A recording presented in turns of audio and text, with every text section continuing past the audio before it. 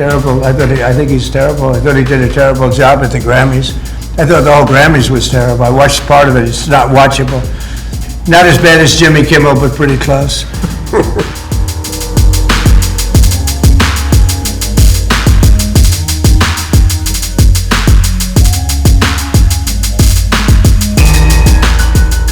U.S. President Donald Trump is openly furious with comedian Trevor Noah after the Grammy Awards sparked a viral political firestorm.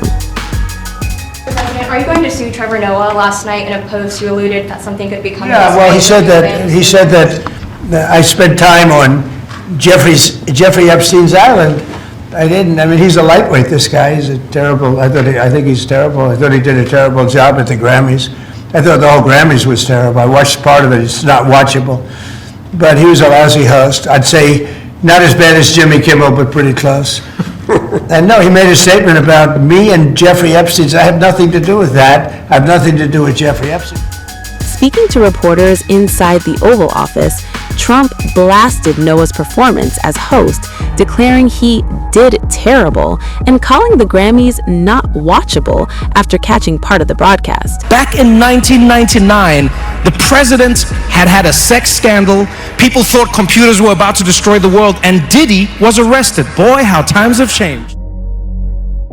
The backlash followed Noah's opening monologue at the Grammy Awards, where he once again moved through the crowd, roasting stars to their faces, before turning sharper with jokes aimed at those not in attendance.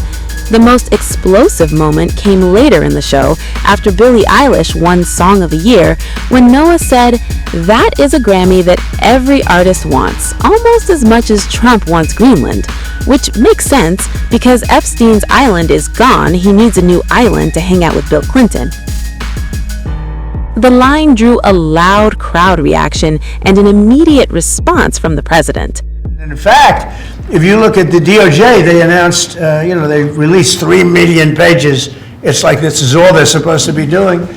And frankly, the DOJ, I think, should just say, we have other things to do, because that whole thing has turned out, other than Bill Clinton and Bill Gates and lots of people there are a lot of questions about it, but nothing on me.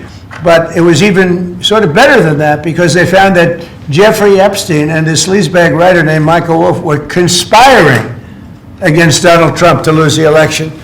So Epstein was conspiring with a writer for me to lose the election. So right there, you know that I had nothing to do with this guy. But yeah, it's a terrible thing. The amount of time that's being wasted. When Epstein was alive, like 10 years ago, nobody cared about it. But they're only doing it. But now it's really hitting back on them, because Bill Clinton is such a big part of it. The Democrats are pushing it. And the problem is that it's turning out to be the Democrats that were with and conspired with Epstein. So I think you're probably going to see a little pullback from them. But think of it. They were working together to try and help me lose the election.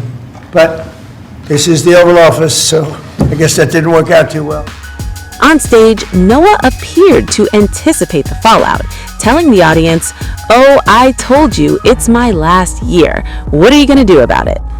The controversy unfolds as the Justice Department recently released a new trove of documents tied to its Jeffrey Epstein investigations, containing thousands of references to Trump, material that largely consists of shared news articles, political commentary, and unverified tip-line claims, including a spreadsheet summarizing calls alleging wrongdoing according to disclosed records.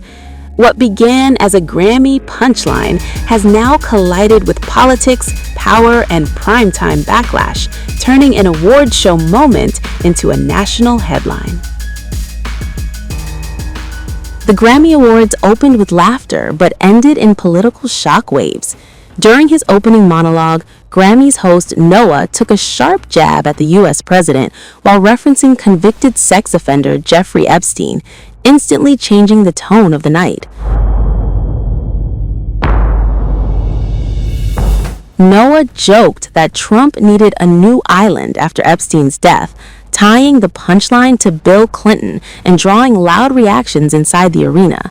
Within minutes, the clip spread across social media, transforming a comedy bit into a global controversy. Trump responded within hours on Truth Social with a furious public statement. In the post, Trump called the Grammys virtually unwatchable and accused Noah of making a false and defamatory claim. POTUS insisted he had never been to Epstein Island and had never been accused of being there. The denial quickly became the centerpiece of the backlash, as the post circulated across political and celebrity news feeds overnight. The statement escalated from denial to personal attack. Trump criticized Noah's hosting style, mocked the show's quality, and compared the comedian to other late-night figures he frequently targets. Trump framed the joke not as satire, but as reputational damage. He labeled the remarks defamatory and warned that legal consequences could follow. The intensity of the language turned a late-night monologue into headline news far beyond entertainment circles. Then came the legal threat. Trump wrote that he would be sending lawyers after Noah and promised to sue for what he described as false accusations. The fury-igniting clips from the monologue have since racked up millions of views. The internet instantly split between defending comedic freedom and accusing Noah of crossing a line.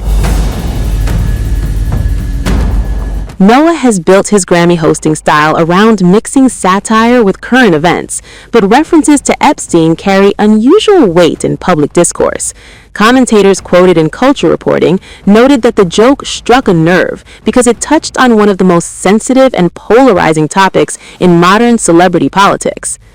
As of now, the silence from Grammy organizers contrasts sharply with Trump's explosive response.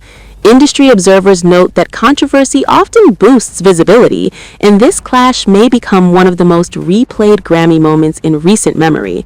What began as a punchline has turned into a legal threat, a media spectacle, and a reminder that modern entertainment and politics now collide in real time on live television and even louder online.